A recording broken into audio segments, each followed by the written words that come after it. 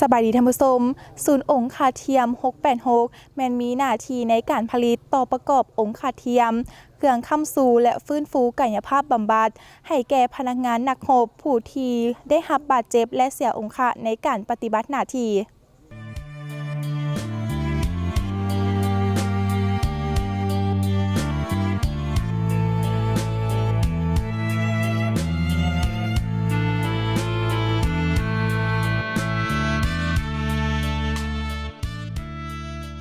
และพบกันวันนี้ทางทีมงานรายการก็ได้มีโอกาสมาสัมภาษณ์สหายพันโทดวงใจศรีสงครามหัวหน้าการเมืองสุดองคาเทียม686และในตอนนี้เพิ่นก็อยู่กับพวกเราแล้วสบายดีเจ้าสบายดีให้สหายแนะนำชื่อสั้นหน้าที่รับผิดชอบเจ้า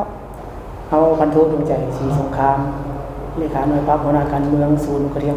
686ก็เป็นมานะครับการเติบโตขยายตัวของศูนย์องคาเทียม686ของพวกเรานี่ก็เป็นผ่านระยะมาหลายปีสมควรเนาะมาฮอดวันนี้ครับพอดีครบรอบ61ปีเพราะว่าสั่งตั้งขึ้นมาในปี1965อยู่สสเวียดนามซึ่งอยู่ในท่ามกลางการต่อสู้ต้านกับจักรพรรดิอเมริกาผู้หุกหาญโดยทิศพันกับการต่อสู้และทิศพันกับกำลังประกอบอาวุธของกองทัพเขามาตลอดได้รับการช่วยเหลือจากสังคมนิยมเวียดนามและในเมื่อก่อนเป็นได้อุ้มสู้ช่วยเหลือทุกอย่างให้แก่พวกเขาตลอดระยะผ่านมาในเบื้องต้นศูนย์องคาเทียมของพวกเขานี่ก็มีพนักงานนักรบเสียงคะอยู่ในทันแถวกองทัพเขาที่ได้รับบาดเจ็บเสียงคะอยู่ในสนามรบแล้วก็ไปต่อองคาเทียมต่างๆอยู่ที่สสเวียดนามแห่งนั้นในเมื่อสำเร็จการต่อประกอบองคาเทียมต่างๆแล้วข้าเจ้าเหล่านั้นก็ได้สืบต่อทำเฮียนและก่อสร้างเป็นนายช่างเทคนิคองคาเทียมเพื่อรับใช้หน้าที่เรียกงานให้แก่กำลังประกอบอาวุธของกองทัพเขาซึ่งเบื้องต้นมีจำนวน35ฐานภายหลังที่ได้รับการสำเร็จการก่อสร้างบำรุงเป็นนายช่างเทคนิคองคาเทียมแล้วก็ได้สืบต่อปฏิบัติหน้าที่เฮ็ดเวียกวิชาชีพรับใช้ให้แก่กองทัพพวกเขาจนมาฮอดปี1976ภายหลังประเทศชาติได้รับการปลดปล่อยกรมกองทัพพวกเขาก็ได้รับการยกย้ายจากสสเวียดนามมากลับคืนมาบ้านเกิดเมืองนอนคือมาอยู่บ้านนาเทนเมืองเวียงไซขอยหัวพันและอยู่ในแห่งนั้นกลุ่มกองพวกเขาก็ได้สืบต่อปรับปรุงก่อสร้างพนักงานเทคนิควิชาการเพื่อรับใช้หน้าที่เรียกงานให้มันเพียงพอกับความที่เราต้องการในการปกปักรักษาและสร้างพัฒนาประเทศชาติซึ่งอยู่หันเพิ่นก็ได้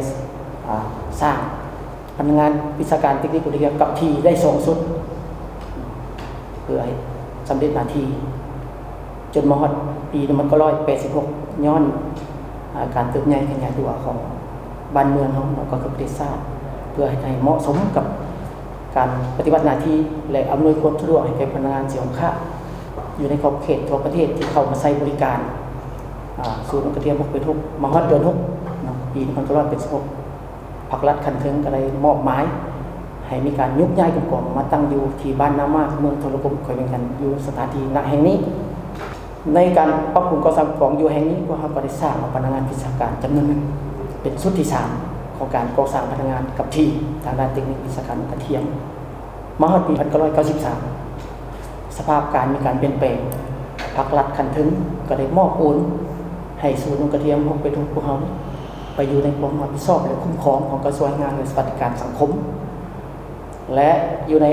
การคุ้มครองของกระทรวงแรงงานและสวัสดิการสังคมนี้เพิ่นก็ได้สืบต่อปรับปรุงก่อสร้างโครงหลังพื้นฐานต่างๆให้ดีขึ้นมาเป็น99โดยเฉพาะที่พ้นเด่นนั้นในปี2015ต่อ2016กระทรวงแรงงานและสวัสดิการสังคมลาวและกระทรวงแรงงานสุขสังคมเวียดนามได้ให้การร่วมมือค้นคว้าปรับปรุงโครงหลังพื้นฐานให้แก่ศูนย์องคาเทียม686พวกเขาโดยเฉพาะในการปรับปรุงยกโครงหลังพื้นฐานทั้งหมดให้เป็นอันใหม่จากอันเก่าและมี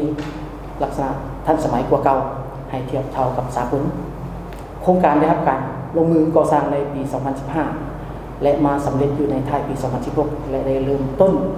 รับใช้บริการในแก่พนักงานสุขภาพในขอบเขตทั่วประเทศโดยเฉพาะมาจากกำลังประกอบอาวุธพวกเขานี่แหละคือเก่าเนาะ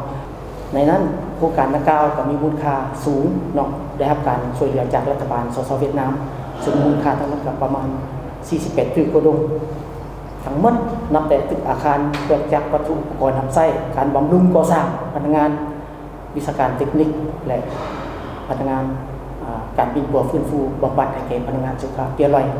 เพื่อเก็บความพร้อม2016ก็ได้เริ่มลงมือจัดตั้งปฏิบัติเพราะว่าโครงการได้มอบพับในปีท้ายปี2016ระหว่าง2รัฐบาลลาวและเวียดนามอันนั้นพวกเขาไปได้สืบต่อภายหลังโครงการสำเร็จได้สืบต่อนำไส้ก็ได้สืบต่อปฏิบัติหน้าที่การเมืองหับไส้เป็นพนักงานสงคราม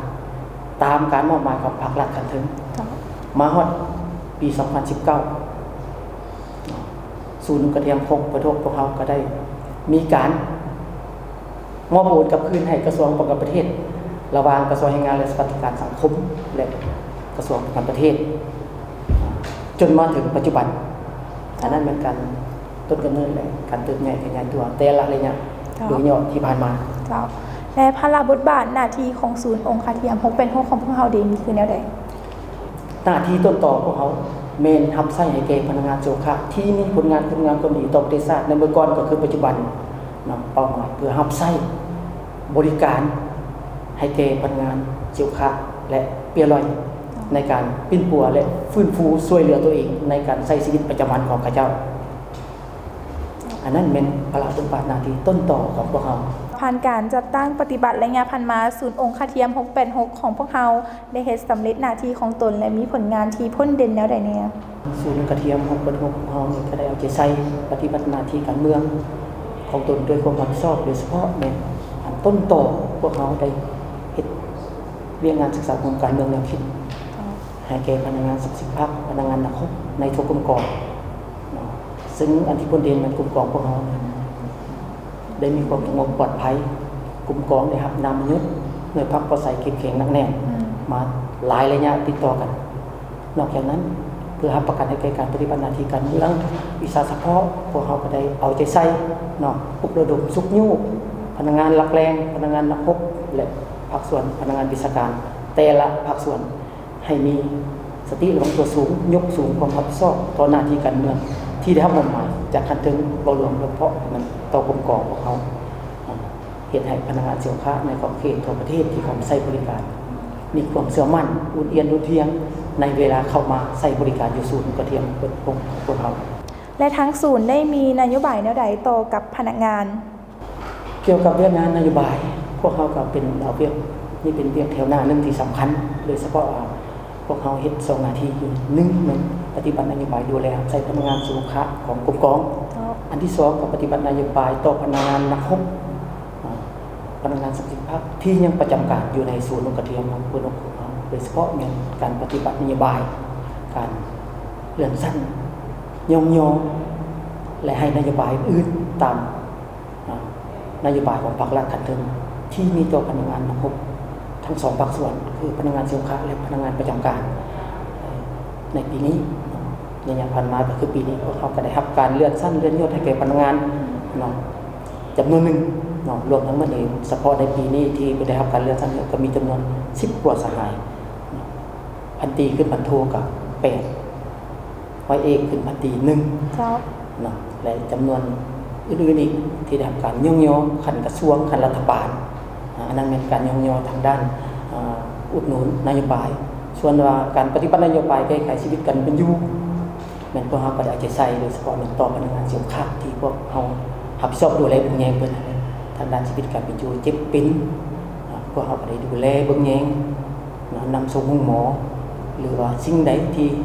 ขาดตกบกพร่องยุ่งยากสับสนในชีวิตการเป็นอยู่พวกเฮาก็ได้เอาใจใส่แก้ไขให้ท่วงทันกับเวลาตามสภาพเงื่อนไขตัวจริงขององค์กรเจ้าและท้ายนี้ให้สหายแสดงความรู้สึกเนื่องในโอกาสวันนักรบเสียองค์ขาดและเสียสละชีวิตเพื่อประเทศชาติครบรอบ80 ปีที่จะมาถึงนี้เนื่องในโอกาสวันครบรอบนักรบเสียองค์ขาดเสียสละชีวิตเพื่อชาติ80 ปีนี้ที่ในนามข้าพเจ้าเฮาในนามส่วนตัวก็มีความรู้สึกภาคภูมิใจเป็นอย่างยิ่ง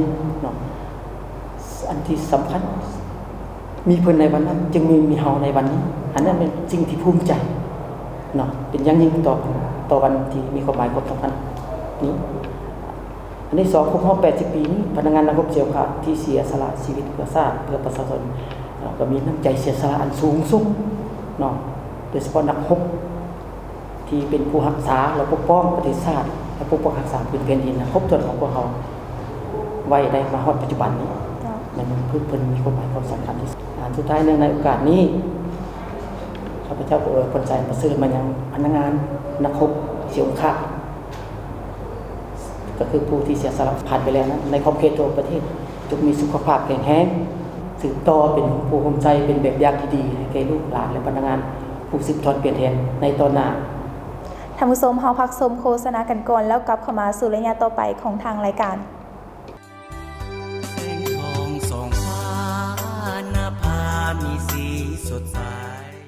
พรรคประชาชนปฏิวัติลาวแม่นกองนำหน้าที่มีการจัดตั้งแม่นการจัดตั้งการเมืองสูงสุดของชนชั้นกรรมกรและระบอบประชาธิปไตยประชาชนลาวเป็นตัวแทนที่จงรักภักดีอย่างเสมอต้นเสมอปลายต่อสิทธิและผลประโยชน์ของชนชั้นกรรมกรชาวผู้ออกแห่งงานลาวบรรดาเผ่าและได้นำพาประชาชนลาวบรรดาเผ่าดำเนินภารกิจปฏิวัติศาสตร์ประชาธิปไตยเฮ็ดสำเร็จภารกิจปลดปล่อยชาติพรรคประชาชนปฏิวัติลาวยึดมั่นลัทธิมาร์กเลนินแนวคิดไกรสอนพรหมวิหารและมูลเชื่ออันดีงามของพรรคเป็นพื้นฐานแนวคิดทฤษฎีของพรรคในการนำพาปวงชนลาวทั้งชาติทฤษฎีของพรรคในการนำพาปวงชนลาวทั้งชาติดำเนินภารกิจเปลี่ยนแปลงใหม่รอบด้านที่มีหลักการพรรคปกปักรักษาประเทศชาติไว้ให้มั่นคงก่อสร้างระบอบประชาธิปไตยให้บรรลุตามจุดหมายสังคมนิยมเฮ็ดให้ประเทศชาติมั่งคั่งเข้มแข็งประชาชนห่างมีผาสุขสังคมมีความสามัคคีเป็นปึกแผ่นประชาธิปไตยยุติธรรมและศรีวิไลย์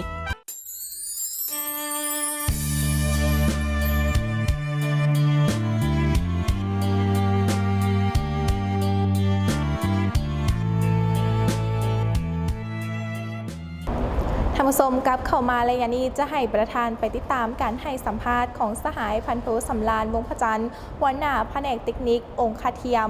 686และตอนนี้เพิ่นก็ได้อยู่นำพวกเขาแล้วสบายดีศูนย์องค์คาเทียมของเรานี่มันถือว่าผลิตแล้วมันมีอยู่3นาเวียกเนาะนาเวียกอันที่1แล้วมันต่อขานี่แหละต่อขาเทียมเนาะแขนเทียมแล้วก็ลาบขาแล้วก็มีเกิบพิการแล้วก็มีบรรดาเครื่องค้ำซูต่างๆไม่ค้ำเท้าไม่ค้ำซอกแล้วก็ค้ำแฮเนาะอยู่ในขั้นตอนการสร้างกระเทียมนั้นมีอยู่5ขั้นตอนเนาะ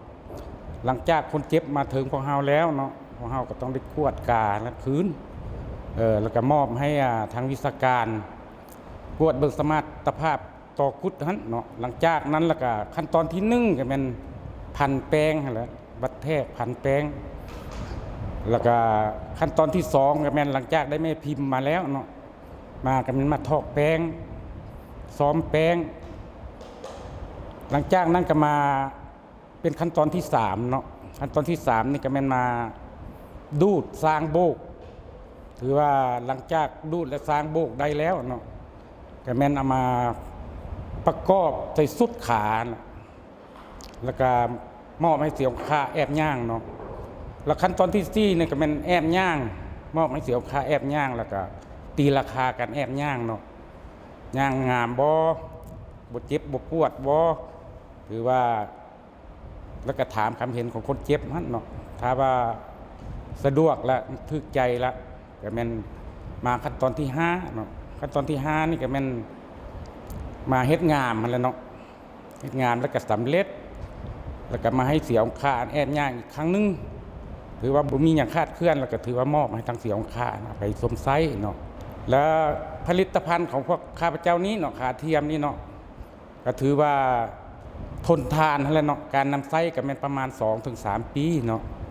ทนแล้วก็เหมาะกับสภาพอากาศเนาะจังซั่นแล้วมันผ่านมานี่พวกเฮาก็แม่นได้เอาใจใส่สุดแหละต่อเสียงค่าหั่นเนาะถ้าว่าเปเพหรือว่าบ่คักบ่ใดก็แม่นเฮ็ดให้ถึกใจคนเจ็บนั่นแหละผลิตภัณฑ์ของเฮานี่แต่ก่อนเนาะของเฮาก็มาผลิตด้วยโลหะเนาะแล้วก็ไม้แล้วก็ยางพลาสติกแหลวแต่ว่ามาถึงปัจจุบันนี้เนาะแต่ก่อนนะวัตถุแต่ก่อนนั้นถือว่ามันบ่ทนทานเนาะ2มามันก็มีพิษต่อ สุขภาพของผู้เฮ็ดผู้ผลิตจังซั่นแล้วมาเปลี่ยนแปลงใหม่เดี๋ยวนี้แล้วมาเฮ็ดด้วยยางเปเนาะถือว่าทนต่อสภาพอากาศนั่นแหละแล้วก็สามารถออกแห่งงานได้เนาะลงน้ำได้เฮ็ดให้เฮ็ดสวนดำรงชีวิตแบบสบายเนาะคันว่ามันเปียกบ่มันเปื้อนบ่จังซี่เฮาก็เซ็ตออกแล้วก็แล้วเนาะคนเจ็บนี่ส่วนหลายก็มาแปลงนี่ก็แม่นย้อนว่ามันหลมนั่นแหละเนาะ1แล้วอายุการนำไส้หันดนแล้วคนเจ็บเฮาหันก็เท่ากับแก้แล้วเฮ็ดให้ตอกุดทันจ้อยเนาะก็จำเป็นได้มาเปลี่ยนอันนั้นอันที่1อันที่2มาก็เป้เพหั่นแหละบางเทื่อก็คนออกให้งานหนักหลายเนาะก็เฮ็ดให้แตกให้หักจังซั่นก็ได้มาเฮ็ดใหม่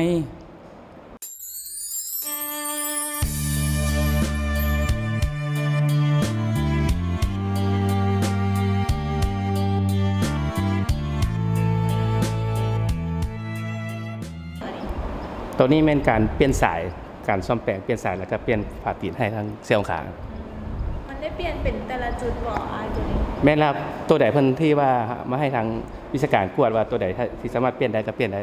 ที่สามารถเปลี่ยนบ่ได้เฮาก็ได้เฮ็ดใหม่แนะนำเฮ็ดใหม่คือการพันคือเพิ่นไปพันเมื่อกี้นี่เนาะ แล้ววัสดุที่เขาเอามานำไส้นี้เขานำเข้ามาจากไส ส่วนหลายอันนี้มันนำเข้ามาแต่เวียดนาม เจ้า ร้านไส้เวลาดุนปันไดโบในการผลิตอันขาหนึ่ง กันถ้าเฮาเฮ็ดขาใหม่เนาะใช้เวลาตามหลักการเพิ่นให้ใช้เวลาอยู่ประมาณอยู่อาทิตย์นึงคือมันขาต่ำถ้าว่าขาสูงมันใช้เวลาอยู่2อาทิตย์ ลาอันอยู่การนำไส้งานดีนำไส้ได้จากปี เพิ่นแนะนำให้ทางตามบทเรียนเพิ่นแนะนำมาส่วนหลายเพิ่นจะให้ใช้แต่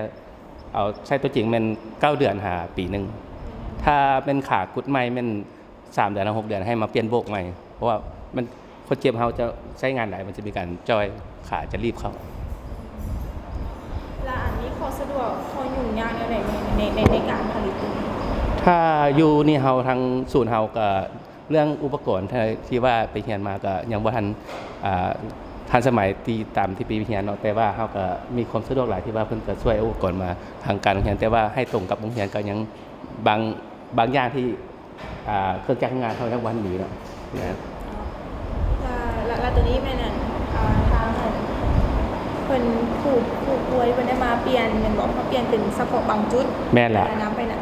เก็บไปน้ำใส่ได้คือเก่า แม่นล่ะถ้าเฮามากวดเบิ่งถ้าว่าวิชาการหรือว่าหัวหน้าเพิ่นประกวดเฮากวดว่าถ้าเป็นโบกบ่เป็นสายนี่เป็นโบกถ้าเป็นโบกแตกเฮาต้องได้เฮ็ดใหม่ถ้าเป็นสายนี่เฮามีสักว่าเปลี่ยนหมดเพราะว่า3เดือน2เดือนมันก็เบิ่งตัวจริงว่าบางเสียงค้าเพิ่นอยู่หาฐานที่ว่าเพิ่นไปให้ไปนาบนสถานที่กันเป็นอยู่เพิ่นเพราะว่าเพิ่นอยู่บนกระดานนั่นก็การไปเพของขาก็สิมีใช้เวลาบ่ดนนะ2-3 เดือนก็จะมาเปลี่ยนติดใหม่ครับ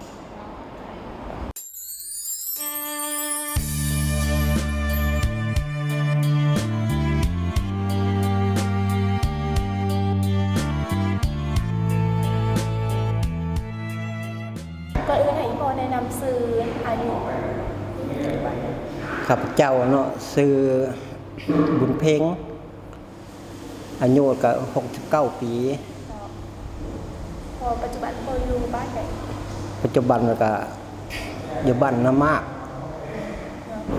เมืองธุรคมแข่งจันทน์เนี่ย พอสะดวกของโทนี่คือได้ใดหลังจากที่พอใช้คาเทียมตัวนี้แล้ว ก็สะดวกเนี่ยหลังจากใส่กาเทียมแล้วก็ถือว่าได้ไปมาเนี่ยก็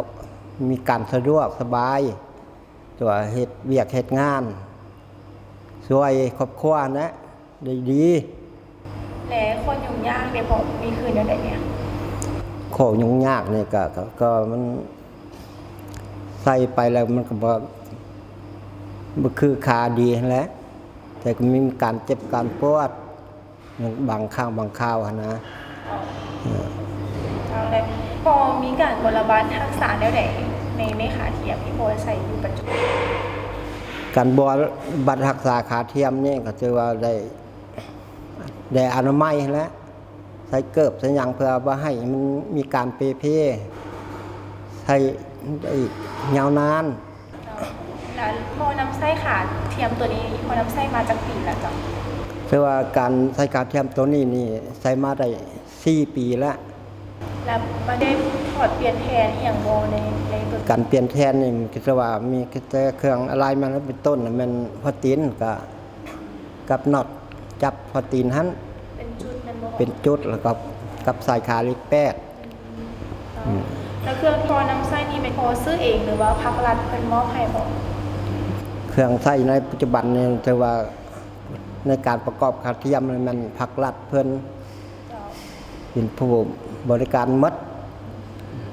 พอมีความรู้สึกใดที่ว่าภาครัฐเพิ่นได้เบิ่งแยงดูแลบ่ปะบ่ทิ่มเฮา พ่อนี่ก็สุดที่ดีอกดีใจหลายที่ภาครัฐเพิ่นได้เบิ่งแยงเป็นต้นมันเพิ่นได้ประกอบขาเทียมให้ใช้และได้ไปได้มาสะดวกเฮ็ดโจทย์กินช่วยครอบครัวได้สะดวกสบาย พอดักฝากอย่างบ่ถึงพนักงานลุยสุนทรในฐานะที่พอเป็นผู้ผ่านการปฏิบัติผู้ที่ได้รับการดูแลเบิ่งแยงจากภาครัฐเป็นผู้ที่เสียองค์ค่า อันนี้ก็ขอฝากฟังนำรุ่นผู้สืบทอดเพื่อพอนี่ก็ได้ใส่ขาเทียมแล้วแต่ว่าการไปกันมากก็สะดวกแต่ว่าบ่ให้ผู้สืบทอดเป็นห่วงและภาครัฐเบิ่งแง่งเต็มปกติอยู่ขอบอกขอบใจน้ำพักน้ำรัฐหลายๆ ท่านผู้ชมที่ผ่านไปนั้นก็แม่นการให้สัมภาษณ์และรับรู้ที่ตั้งถึงภาระบทบาทของศูนย์องคาเทียม 686 และยังได้แสดงความรู้สึกถึงวันนักรบเสียองค์ขาดและเสียสละชีวิตเพื่อประเทศชาติครบรอบ 80 ปี และมาฮอดนี้เวลาของทางรายการหวนคืนมือเสื้อก็ได้หมดลงแล้ว พบกันใหม่โอกาสหน้าสำหรับมื้อนี้สบายดี